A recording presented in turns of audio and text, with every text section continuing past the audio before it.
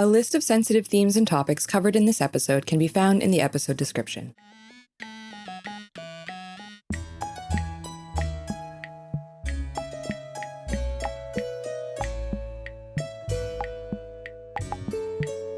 Welcome to This Guy Sucked, the show where we prove that it's never too late to have haters and you can't libel the dead. I'm your host, Dr. Claire Aubin, and I'm a historian, writer, and most importantly, certified hater. On this show, we talk about people from throughout history with legacies that need a little updating. Whether it's because of their politics, their behavior, or their impact on society and culture, these guys actually kind of sucked, and we bring in a new scholar every week to tell us why. With us today, and I'm very excited about this, is Dr. Matthew Gabriele, a professor of medieval studies at Virginia Tech, and a guy who knows a lot about religion, violence, the apocalypse, nostalgia, the Middle Ages. And you might know him from lots of different things, including the internet, which basically loves him, or his two books with co-author David Perry, The Bright Ages, and the very newly released Oathbreakers. Congratulations on your new book and welcome to the show. Thank you so much. So excited to hate on somebody in the past. Yeah, and I can't imagine why it might be relevant for us to talk about a sort of like God, emperor, conquering guy. I don't know why that would be, kind of the moment. No, it was weird. I was doing a talk actually just the other day, and I was talking about, the premise of our new book, Oathbreakers, which is really about the 9th century. It's a 9th century empire, and it's an empire that falls apart really, really quickly because elites kind of stop looking out for the public welfare and start caring only about their disinterested selves and enriching themselves from public coffers. And then I had to pause for a moment, and this happened to be up in DC, and everybody's mouth was just like, they knew exactly what I was talking about there. You were like, hold on. Yeah. Wait a second. Something about this feels familiar to me. Yeah. And with that in mind, who are we going to be talking about today? So we're going to be talking about this guy named Charlemagne, which is an amalgamation of Charles the Great. You might call him Carolus Magnus was the Latin initially, and then it got Frenchified and then stuck together later on. Charlemagne himself was an 8th and 9th century ruler. He was from a people called the Franks. The Franks themselves were a Germanic group that was present and interacted with the Roman Empire since, 4th, 5th century, something like that, settled peacefully initially in the Roman Empire, but then established a kingdom kind of as the Western Roman Empire kind of fell apart or kind of retreated back into Italy and then eventually over to Constantinople. He's not the first, but he is one of the first rulers of a dynasty by the name of the Carolingians.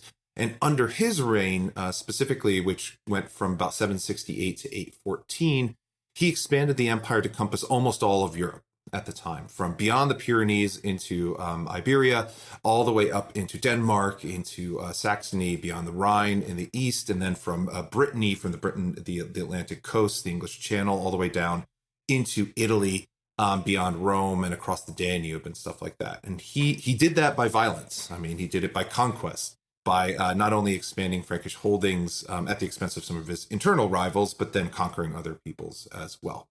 But he's also known for lots of other things too. This is a period which you may have heard of, the Carolingian Renaissance, a period of learning and art, especially centered around his court, which is now the German city of Aachen on the western part of Germany nowadays. And religion, forged an alliance with the papacy in order to prop up his reign, but also because he cared very deeply about kind of according to him, the proper practice of Christianity. So he had his fingers kind of in everything, as emperors tend to do, I guess. And he's kind of the first phase of what we know of as like the Holy Roman Empire, right? Like he's like in this really, really early period. Sort of. So later on, in the later Middle Ages, he's said to be the kind of progenitor of it. But at the time, he is crowned Roman emperor on Christmas Day in St. Peter's in the year 800. But he's very clear, and contemporaries are very clear, there's no holy attached to it. They think of themselves as Roman emperors in the same sense that Caesar was, Augustus was, Trajan, and Hadrian. And that's really important for how they're constructing their own legitimacy, because they are kind of, they're in Italy kind of as Germanic outsiders in some ways. So they need that title to stand up to the Byzantines, but also to kind of project their power outwards. Very quickly on in the 12th century, Frederick Barbarossa, who really starts using the term holy with Roman emperor, he says like, oh, it's because of my man Charlemagne, who started this whole thing. And so we're in a direct line from him. And then everybody kind of jumps on that because there are, of course, like affinities in the way they ruled and stuff like that. But at the time, like, yeah, he never considered what he had kind of the Holy Roman Emperor, which we think of today. He just considered it to be the Roman Empire, like to sort the of... Roman Empire, yep. Yeah, so this is also a good moment for me to say that, to be clear, this guy was alive well over 1,000 years before the people that I know a lot about. So in many ways, there's this... Usually on these episodes, I will be like, and then this happened, and then this is crazy, and you won't believe this. But in many ways, this is going to be me learning a lot from you as we go, because I went into this week knowing very little about Charlemagne. And I did do, obviously, some research because it's my job. So I'll hopefully know at least 2% of what is necessary to have a good conversation. But this is also like a lot of my knowledge, because I'm not one of these historians who likes to pretend that I know everything about every period in history, because I think that's actually quite a dangerous thing for a lot of historians to do. But it's also interesting because I'll be going into this with probably a lot of knowledge around the sort of myths surrounding him and the popular narrative surrounding him, rather than the sort of accurate historical narratives. So it'll be nice to kind of have some of my understandings, as we've just seen, be corrected a little bit as we go too. What I was looking at when I was reading about this idea of him being crowned this sort of new Roman emperor, I saw that it was partially kind of an attempt to transfer the Roman Empire status from the Byzantine Empire, so the Eastern Roman Empire, back over towards Western Europe. So there's also kind of like a political strategy happening here to like move this away from the East and back towards the West. Is that right? No, absolutely. Yeah. So, I mean, a large part of Charlemagne's reign is defined by kind of rivalries with the rulers in Byzantium, in Constantinople. Constantinople, of course, or the Byzantine Empire as we know it today, is literally the continuation of the eastern half of the Roman Empire, like the same Roman Empire that Charlemagne himself thought he was kind of resurrecting in the West. But Italy itself was kind of the meeting point between his expanding empire and the Byzantines, because the Byzantines still had a very strong presence, especially in southern Italy, but extending up until Rome as well. And one of the things that happens, one of the reasons he forges this alliance with the papacy, is because the papacy, or the bishops of Rome, kind of get fed up with the Byzantines and need another protector, especially somebody with an army, against local threats such as these other groups. One of them called the Lombards, for example, who were in northern Italy. And the Byzantines couldn't provide that, and so the Franks become a convenient scapegoat. But again, those negotiations aren't always on equal footing. The Byzantines themselves, for very understandable reasons, think they're much better than these Germanic pretenders. And so they don't really respect them. There's a moment in the late 8th century where Charlemagne is about to marry off one of his children to one of the children of the Byzantine Empire, and they think they're going to be this grand alliance.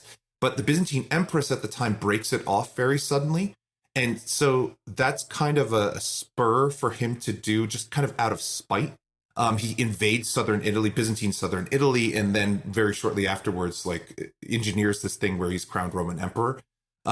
So it is politics, but it's also personal, and I think in some ways too, just a way of asserting his own kind of legitimacy. Which, if you need to do that, like, you're a little bit, we've seen recently somebody call themselves a king, for example, and when you have to do that, you're actually really unsure about your power. For context for everyone listening, because this will come out about a month from now, this is being recorded in mid-February, and there's a lot of hullabaloo happening around people sort of declaring themselves kings and talking about their sort of all-powerful leadership. And a month from now, it might be worse. So maybe this is a better version of of the state of affairs for what's happening when you're actually listening to this.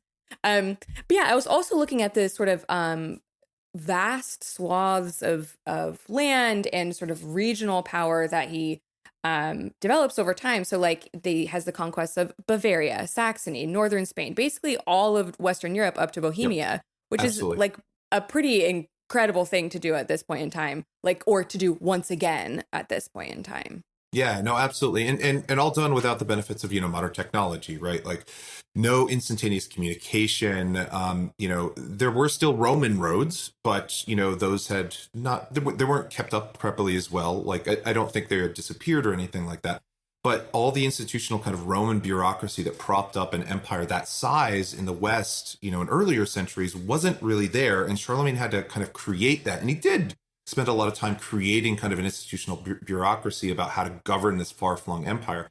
But at the same time, like, a lot of stuff is going on. It's a huge swath of territory. He can't be everywhere. He's not trying to be everywhere. And so he has to rely upon kind of carrots and sticks to make sure that everybody stays in line. And that's one of the things my new book with David is about, kind of how that all falls apart in subsequent generations, like really quickly, once Charlemagne is gone.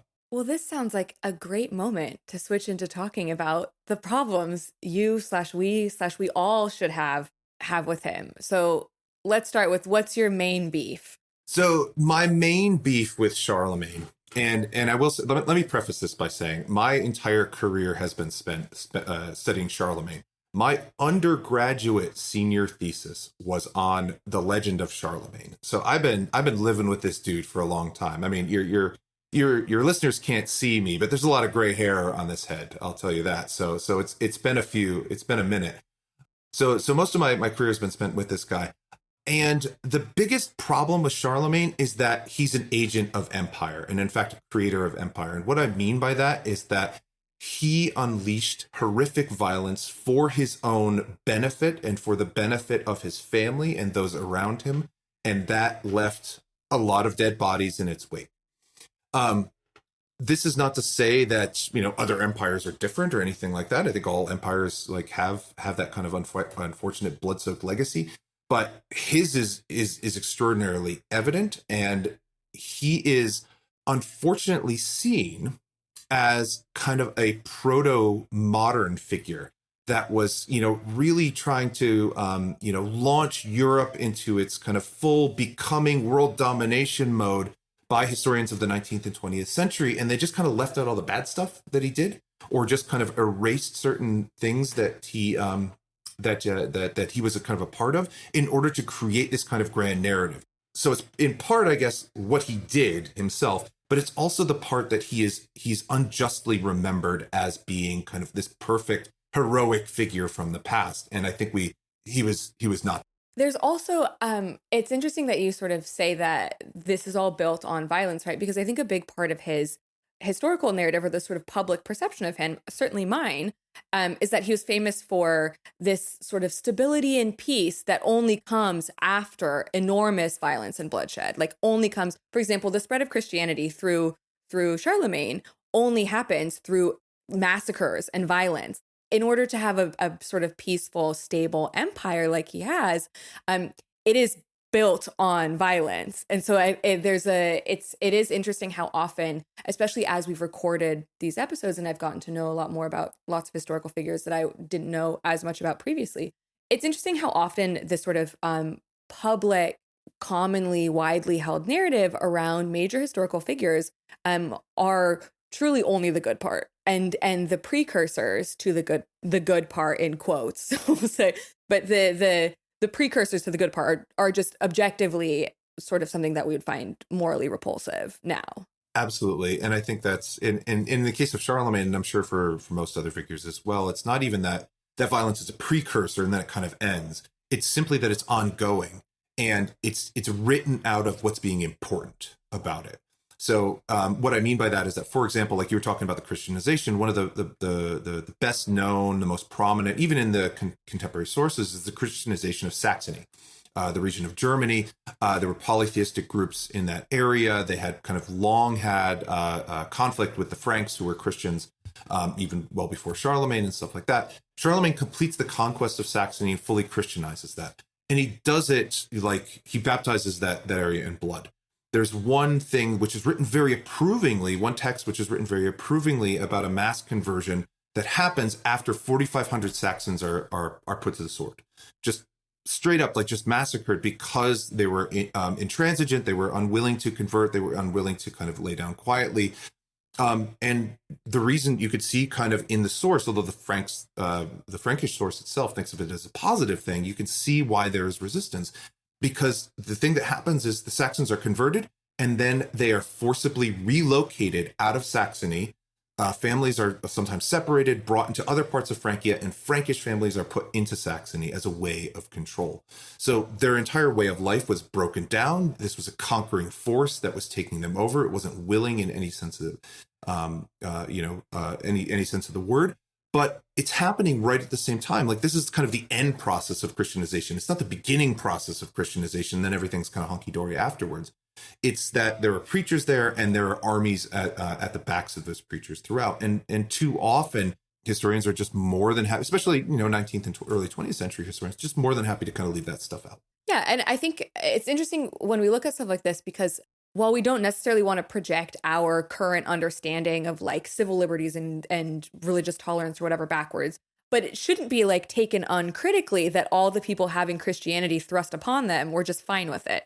It's the same narrative when we talk about, for example, like chattel slavery, where we'll say, but there were people who were working against it. There were lots of white people who didn't like it and abolitionists.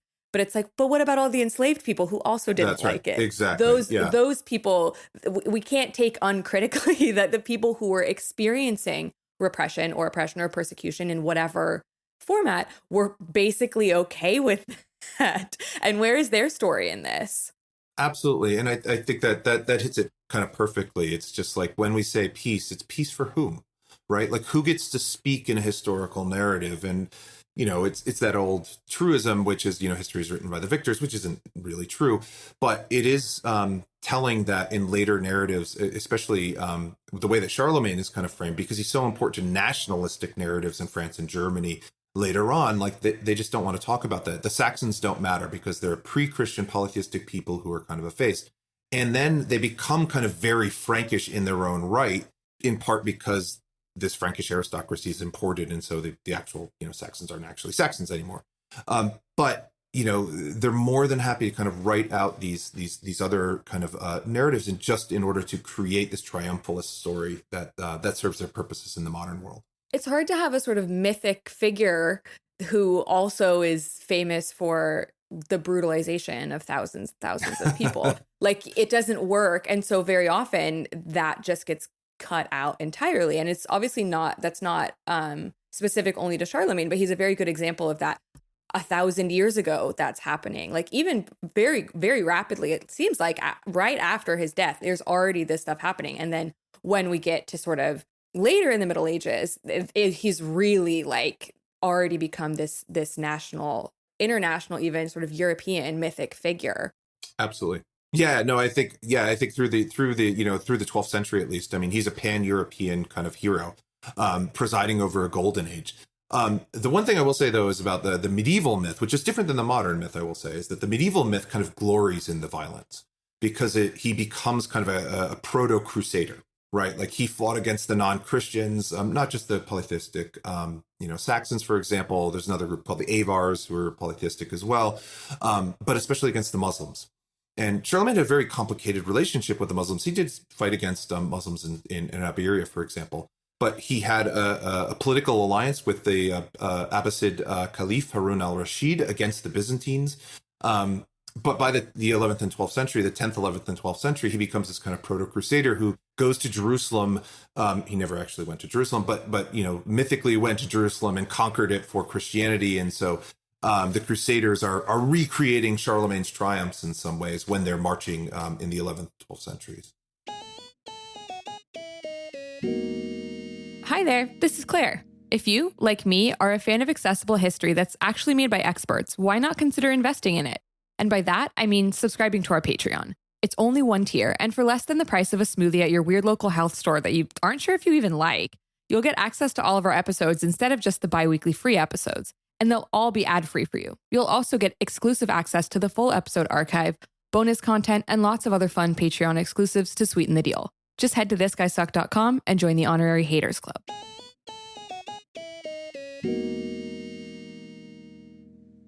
I want to get back to this sort of idea of him having multiple myths over time. So I'll put a pin in that so that we can circle back to it, because I have some more stuff to say about that in terms of the 20th century and how he's remembered in the 20th and 21st century, actually, how he's remembered there. But I want to make sure that we really first get to all the stuff that's happening before that.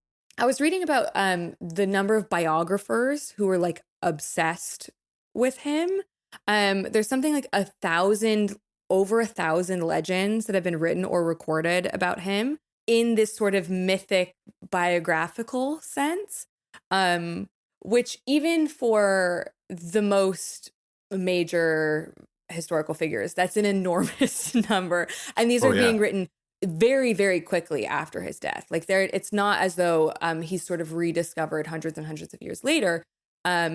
He immediately sort of has this status and becomes this figure. He's held up as this sort of ideal Christian king. And then I also read about him as being part of this Middle Ages medieval group of men known as the Nine Worthies. Yep. What's that? What's happening there?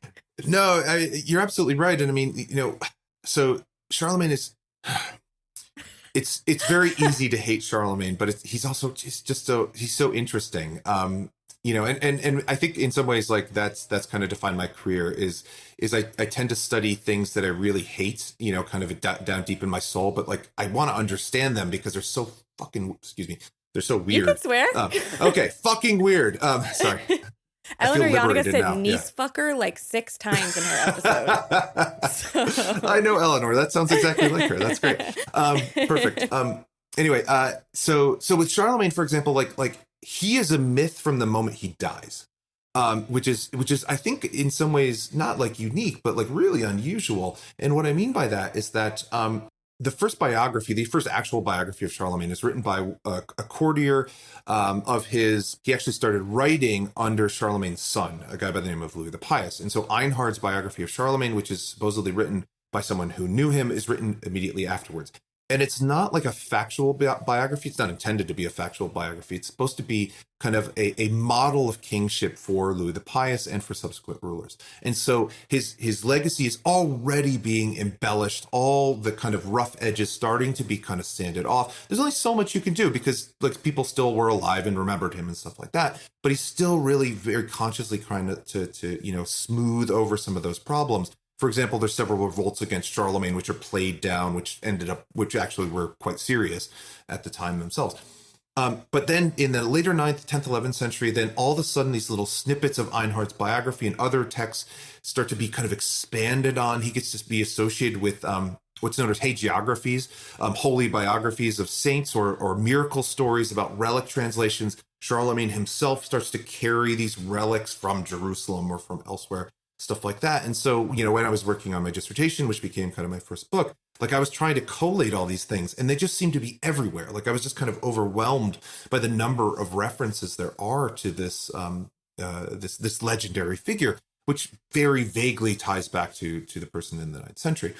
But by the later Middle Ages, just to get back to your question about kind of the Nine Worthies, he's become kind of this kind of epic figure par excellence. Like as England has King Arthur, France really has Charlemagne, and there's a whole series of romances, medieval romance texts that are known as the Charlemagne romances because he's one of the main figures. Some of those are kind of critiques, like kind of plays on. He becomes such a well-known figure that he becomes you can kind of play with him a little bit. He can become a little bit buffoonish or kind of inept in some ways because he is such a perfect figure in there.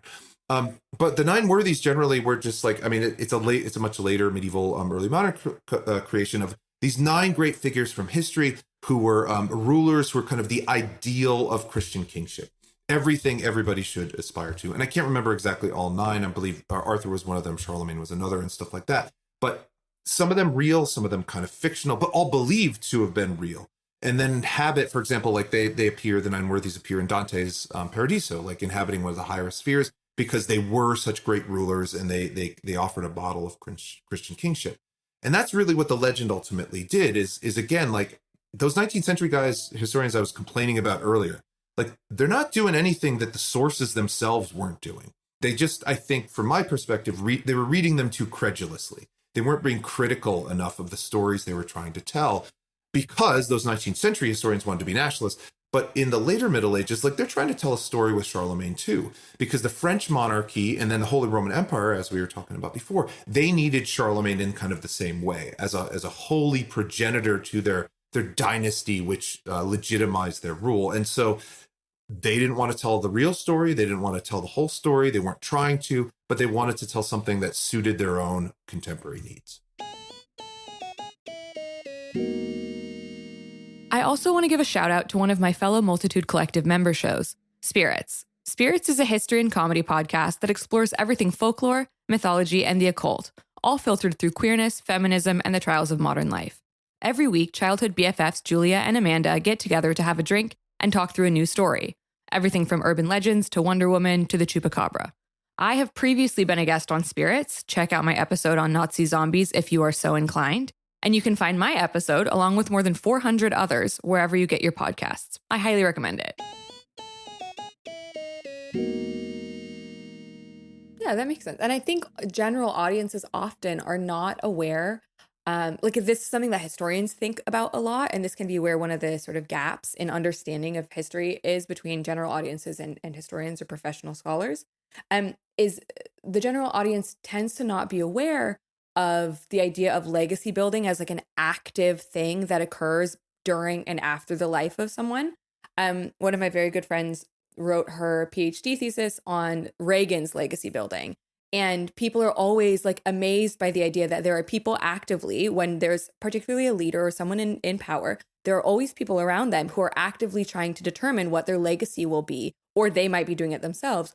But immediately afterwards, you can have someone who writes a semi-mythical biography with the goal of using that person as a parable to teach others how to be a good kind of king. And that is an active decision being made in terms of how someone's legacy is going to be shaped.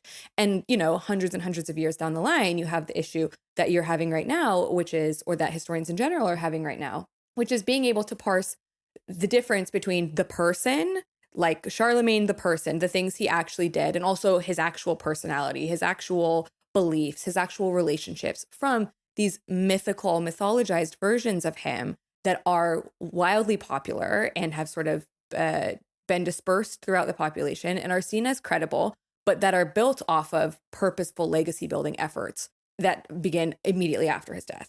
And it makes it really hard. Yeah. I mean, it's one of the kind of exciting things I have to say about actually like studying the past. And that's something I think my students always really love, is once you dig past the kind of preconception they often have that history is just kind of this succession of names and dates that they need to memorize and then regurgitate, but just like getting them into the sources and saying like, okay, what is the source trying to do? What do we know about the author? Like, how can we deconstruct this? And like, there's always a mystery kind of at the heart of that they really enjoy. And I think that's one of the things that I've really enjoyed doing when, as David Perry and I, my co-author and friend, have been doing with our public facing work, is like trying to bring that kind of contingency, that possibility of history, the unknowability, but also how we can know what we know about the past to wider publics. Yeah, absolutely. And I think there's also something to the idea that people are sort of preconditioned to believe that like medieval sources, for example, or medieval biographers are not citing their sources because there's no Chicago style footnote. And so therefore there's no way to check the sort of credibility. But that's not actually true. Like you can go and see where someone got their information from. They will often say, I got this from this place. I know this because this person told me, or I read it in this book or whatever. Like you can check these sources. You can say, hold on, this biography of Charlemagne doesn't seem to have any references to anything else written about him. I have no reason to believe that this is more than a story or anything other than a story being made up to teach something else. And when you get your students to look at things and ask themselves, like, where is this coming from and why would we believe this? It really changes the way that they interact with the text, that they interact with the information that they're learning. When you say, but why do you believe that? It can sometimes be this like, mind exploding moment. Yep. Like, wait a minute, I gotta think in this class? Yeah. Wait a minute. This could be serving, this thing that I'm reading could be serving a purpose other than the stated purpose. Yeah. Someone could be trying to do something with this for some reason other than what they say they're doing. That's crazy. Bizarre. I mean, even with this sort of 9 worthies thing, so I read a little bit about this. So there are 3 of each. So there's 3 pagans, 3 Jews, and 3 Christians, but they're all supposed to be Christian kings. So while this is happening, what it's doing is it's also kind of doing, this, it's casting like pagans and Jews as having proto-Christian values that then Charlemagne helps to, there's it's almost they're already doing this sort of like the thing that happens a little bit later where everything is cast as an evolution out of paganism through Judaism and into Christianity, with the remaining three, the Christian worthies, Charlemagne being one of them, being the sort of like final evolution of what a Christian king is. And I just found it so interesting that there was already this like active myth making happening around not just him, but Christianity at the same time, like him as this figure in Christianity. Absolutely. Yeah. I mean, medieval Christian historiography is very structured as supersessionist, right? Is that everything inevitably will lead to the present moment, which is the kind of the highest moment so far in Christian history, until we get kind of to the second coming, which the inevitable end of Christian sacred history.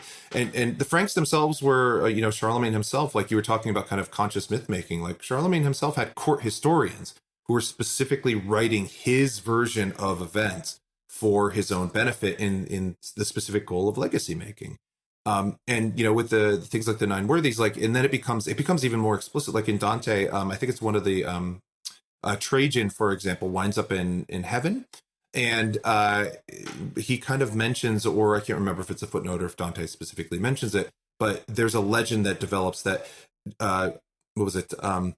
Jesus specifically brought Trajan back for the dead for about an hour so that he could be baptized, so that he could get into heaven. So you even have like complicated ways of thinking about it in late medieval legend, just to justify, why these guys are actually okay, even though you might think of them as, pagans or Jews or something like that. It's the opposite of the crypto Jew thing. It's like Trajan is a crypto Christian. That's right. Yep, these exactly. people are secretly actually Christians. They just didn't have the vocabulary yet. They hadn't met the guy yet in order to be able to be the Christian that they were supposed to be. Yeah. One of the other things I found interesting in this is that Charlemagne becomes known as the father of Europe. And this can hopefully transition us towards what I want to talk about in terms of his current memory or memories post the medieval period. But he becomes known as the father of Europe because he essentially shaped what we now know to be Europe, this continental divide between Western, Eastern Europe, and even sort of Europe and Asia, and all of this stuff is happening in part because he determines what counts as Western Europe and what he counts as Europe. What do you think about that? I mean, father of Europe. He's not the father of Europe. He had no conception of kind of what Europe meant. I mean, he was concerned about being a Frank and controlling his own empire, and securing a legacy for hhis family to continue the dynasty that he ruled, as well as kind of his quote unquote people, that he ruled over. But I mean, you're absolutely right. I mean, he is considered that way. I mean, like there's the European Union gives out a Charlemagne Prize every year to the person who's done the most to unite Europe. And it's centered at Aachen, and there's a big ceremony, and stuff like that. So that he's still kind of, he's still seen as that. Because I think what it is it goes into kind of the stuff that historians we as historians always worry about and warn about, but the popular imagination sometimes latches onto, which is that people want a simple story. And the simple story of Charlemagne as father of Europe is, look at the map, you can shade it all one color, and that's mostly Europe. Therefore, Charlemagne was the father of Europe. The complicated problem is that even during Charlemagne's reign, that kind of neat little tidy map that you might draw that said like this is all Charlemagne's empire was incredibly subdivided regionally. Even Charlemagne himself never called himself, he called himself Roman Emperor, but he called himself Roman Emperor because he was also, in all of his titles, King of the Franks, King of the Lombards, ruler of the Aquitanians, Duke of the Bavarians and stuff like that. He had a separate title for each region that he ruled because they still thought of themselves, and he still thought of themselves, as distinct entities. Yeah, German unification doesn't happen for a long, long time after him. Not. So there's no German identity that he's like. Absolutely not. No, same thing with Italy, right? Like, and even France. Like, I mean, France is like incredibly regionally divided until not well after, but certainly till the French Revolution.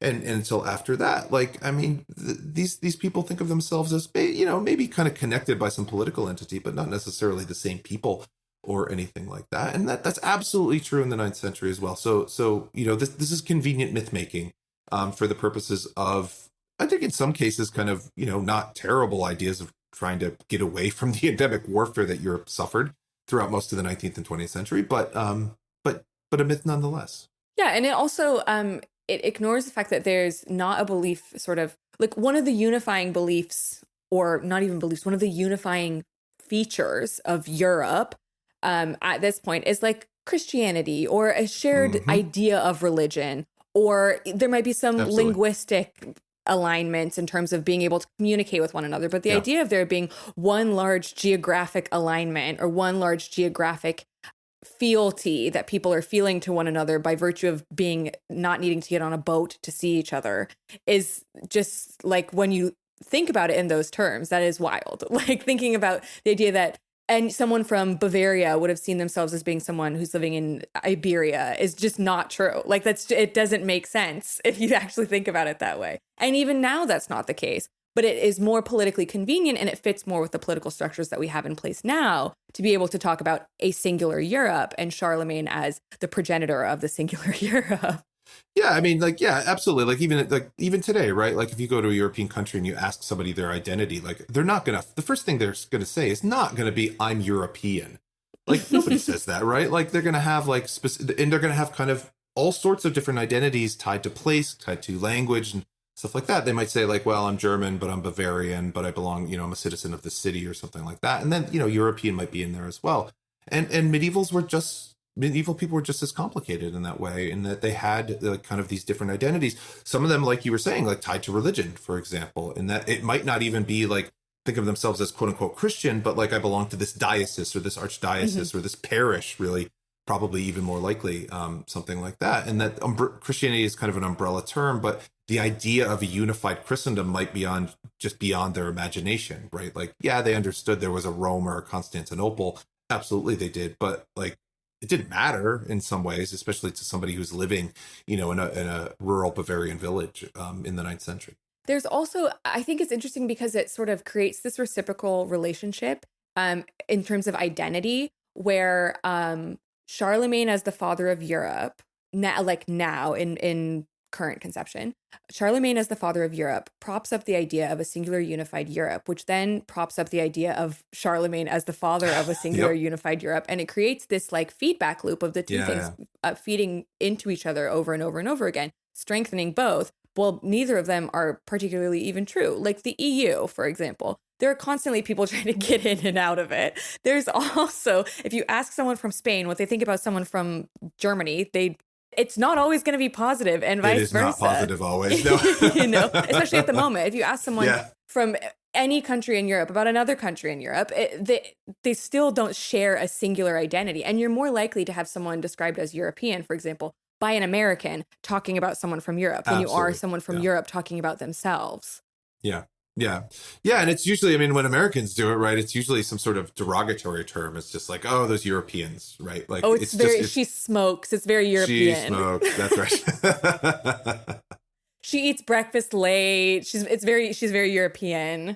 But I think also, and why I think about this a lot, is that his image, the idea of his image as the father of Europe, is also very easily co-opted by people. Yes. Depending particularly on whether, for example, in the 20th century, whether they want to see him as a French national figure or a German national figure. Before the 20th century, you have a lot of philosophical and historiographic critique around the idea of him as the father of Europe. Voltaire hates him because Voltaire hates everything medieval, as we've already said. Montesquieu is a fan because he sees him as a sort of proto-civil libertarian guy / European unifier guy. So my partner has a PhD in religious studies too. And I was talking to him about this before recording. And he described Charlemagne in a way that I think is really interesting, where he said he's infinitely malleable. So his identity, because of all this mythology around him, and because of how manipulable his identity is and his myth is, you can basically, and people have, use him for whatever you want to justify and create a historical basis of justification, whatever belief you're trying to return to now. No, I think absolutely. I think that's 100% true. There's a really wonderful essay. This is earlier than the 20th century, but by a historian by the name of Keith Baker, who was at Stanford, and he may still be at Stanford. He was a little bit older when I was reading his essay, but anyway, but it was about the use of Charlemagne in the French Revolution, in which he was used specifically both for the monarch, like by monarchists, but also by Republicans.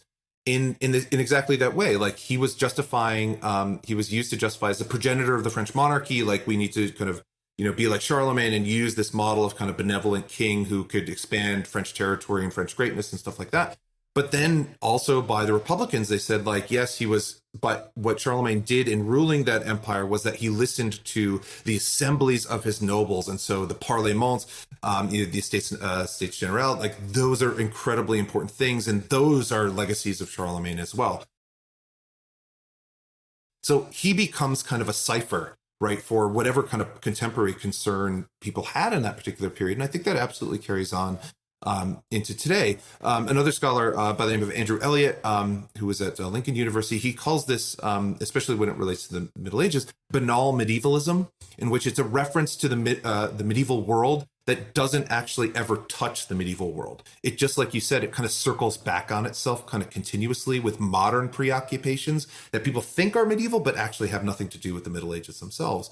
So with Charlemagne, for example, like he is infinitely malleable, but oftentimes people they're not actually saying anything about the 9th century. They're saying about images of him from the 19th century, from the 18th century, from the 20th century and stuff like that. And they think those are historical, but it's just kind of like an endless loop of myths that are feeding off one another. Mm-hmm. And actually, a good example of a group or of him as this sort of cipher for whatever concerns are is the Nazi Party, who initially starts out not liking Charlemagne because they see him as this sort of French national figure who came in and tried to unite Europe, but under his own sort of Frankish rule. And then later, Hitler becomes a fan of him because his legacy supports Hitler's expansionist goals. Absolutely. And because Hitler starts to cast him not as this French nationalist figure, as this Frankish figure, but instead as a Germanic unifier, like Hitler alleges that he wanted to be, right? Like, so even within one group, you can still see these sort of battling mythologies or this battling image that then shifts even within that one singular group to sort of fit whatever it is that they want. Yeah. There was an amazing, I'm going to ruin this reference, but there was an amazing HBO show that was on, and it had Kate Winslet as the dictator of an Eastern European country. And I can't remember the name of it, unfortunately. But anyway, there's a running joke throughout about how she was and wasn't obsessed with Charlemagne at various points during her rule in exactly that way. Like she got really into Charlemagne as like a cipher for this kind of great progenitor. And then she got really turned off for other reasons. And then she kind of comes back to like and stuff like that. But again, like it's exactly that. It's just like he can be whatever, because he's just kind of deployed as an image however you need him, because he is this kind of blank slate. And because you're not referring to these sort of petty squabbles he has, you're not referring to his willingness to basically sell off his kids, you're not referring to his 5 wives in rapid succession, you're not talking about the person, you're talking about the myth that comes after the person. And that is the thing that's malleable. I mean, even like now, in terms of the idea of him being malleable or his memory being malleable or manipulable, he's still popular now, since we haven't totally abandoned the medieval desire to reconstitute the Roman Empire. Everyone is still trying to figure out a way to unify everything all the time and get as, even in America, we're like, well, why don't we just take Canada? We can just have it. Like there's this expansionist thing and this idea of the new Roman Empire. Even now, particularly on the far and alt-right, you see people talking about America as the new Roman Empire. Absolutely. And they use the Charlemagne myth in order to justify this or to create a historical through line that allows for that to be possible, regardless of the fact that a lot of what he's trying to do is like take revenge on people or just get land back that he feels like having or whatever. That it's not always about this great, glorious desire, and that there can be individual personal beefs that cause some of this stuff, but that doesn't fit the narrative. So it's abandoned pretty much immediately. No, absolutely. Yeah. There's a right wing school. I use school with kind of scare quotes around it in Minnesota called the Charlemagne Institute. And they basically, they're promoting kind of the classical liberal arts as they understand them. But like, I don't know what that has to do with Charlemagne. I mean, like, yeah, there's kind of a Carolingian Renaissance and stuff like that. But like, they're clearly using him as just kind of like, hey, here's a great figure in the past that you probably heard of and think maybe is important. And we're going to name our thing after them. And then, kind of pretend that we're associated with him in these various ways. And I think what's interesting, because, yeah, you're right. There is this, it's a particularly, I would think, on the thing that's happening on the right at the moment. Absolutely. Yeah. Like where they sort of are also wanting to disavow modern politics, modern social cultural values. They'll say things like, we need to return to the traditions of the past. We need to get back kind of to nostalgia. Charlemagne. Absolutely. Yeah. Yes. And they'll do that. And this is also another good example of the fact that it's not about the person. It's about the myth around the person. Where, like I said, these are people who are saying we should return to traditional values, particularly things like traditional gender roles. We should return to a true Christianity, all of that. Charlemagne had 5 wives in rapid succession. He had 4 concubines, a bunch of other unknown partners with whom he had a ton of other kids. And again, the way we conceive of marriage now is not the same thing as an 8th or 9th century political marriage. But it does call into question the idea that this godly, chivalric person that we're talking about now as being, believing in their trad wife and their chivalrous Christianity and the Crusades, like that person also didn't exist back then. Also, Charlemagne famously educated his daughters, which is a thing that people on the right wing do not want to do. Yeah, yeah. Yeah, and he probably, just to clarify something you said, he probably murdered 1, maybe 2 of his wives, and then he almost certainly murdered his sister-in-law and his young nephews as well. So, family man with caveats there. So yeah, I mean, but that doesn't fit with the myth, so it doesn't. No. So why would we talk about that? We don't need to talk about that. That's fine. Yeah. Nephew murder is just par for the course, actually.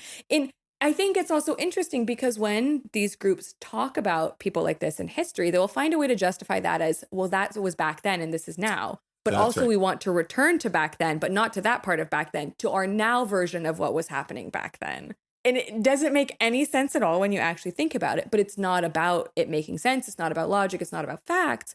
It's about referring to a sort of consistently better past to which we can return if we simply abandon modernity, if we abandon modern cultural and social values, but it doesn't exist. Like the past that they want to return to didn't exist in the first place. No, and that is what's so infuriating as a historian to look at it. Yeah. It's like a cafeteria style of history, right? It's just you stand in the line looking at the past, and you kind of just pick and choose what you want and you put it on your plate and you just kind of ignore everything else. And the historian's job is exactly the opposite of that, is to pay attention to everything that's there. On the table on the smorgasbord. But yeah, also, as with sort of a lot of major historical figures we lionize in the contemporary period, we're just projecting stuff back onto him and making assumptions about his goodness, his morality, his ethics, his values based on legends about him rather than the actual events that occurred during his lifetime and in which he was actually involved. And when historians push back on that and say that this wasn't real, because the myths have been so widely and successfully dispersed for so long and so widely believed and held and taught in textbooks and whatever, and just taken as fact, there's a really strong pushback against any corrections that are made to the narrative because those pushbacks are seen as being politically motivated rather than motivated by what you're saying, which is the desire to include all of the information that we have, not just the information we like, which is also like deeply frustrating, I can imagine.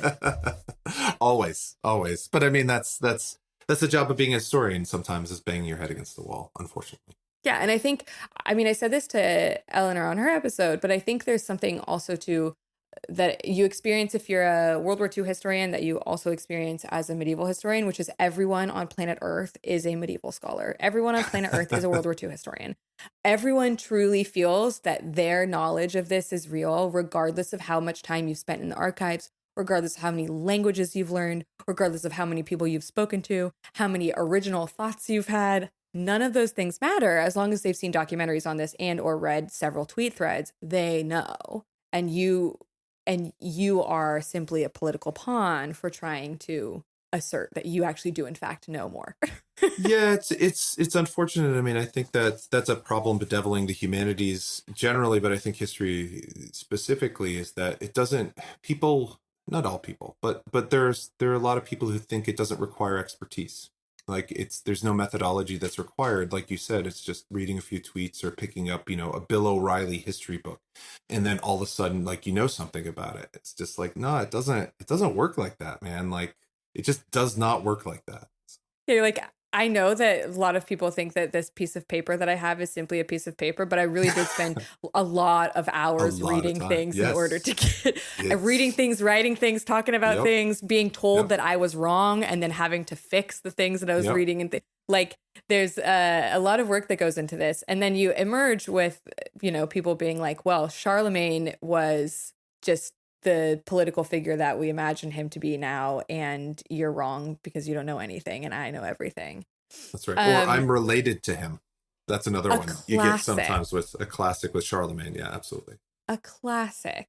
And I think that's also a whole other issue. But there's like, I think you could pick any historical figure and there will be several people, several celebrities, several random people, like Cleopatra, or like any biblical king. A classic is for like you to say that he's my 200th great grandfather or whatever, as though also political and religious sort of predilections passed down genetically to you, as though his morals have passed down to you from hundreds of years ago, which is just wild. Okay, I think we have gotten to the point of me believing that he sucked. I think I already kind of did. I usually enter these feeling a little bit like, yeah, okay. But I think we've gotten there, and I think he sucked, basically. Excellent. But I also think not only does he suck, but the image we have of him sucks. I did not know that he murdered that many people. Like, him personally murdered that many people.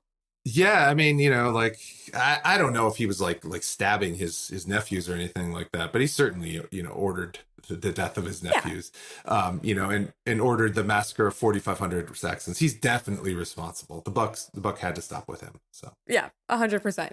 Well, thank you very much for coming on. My pleasure. How much fun. Yeah, Professor Gabriele can be found on Blue Sky at Prof. Gabriele, and you can buy his new book, Oathbreakers, at the link in the episode description. Thank you for having me. Thanks for tuning into this episode of This Guy Sucked, a member of the Multitude Podcast Collective. This episode was hosted by me, Dr. Claire Aubin, featuring special guest Professor Matthew Gabriele, and produced and edited by Tom Amani. All of our theme music was written and produced by Marshall Dean Williams. If you'd like to support the show and get access to all episodes, including 2 extra episodes per month, you can subscribe at patreon.com/thisguysucked. See you next week.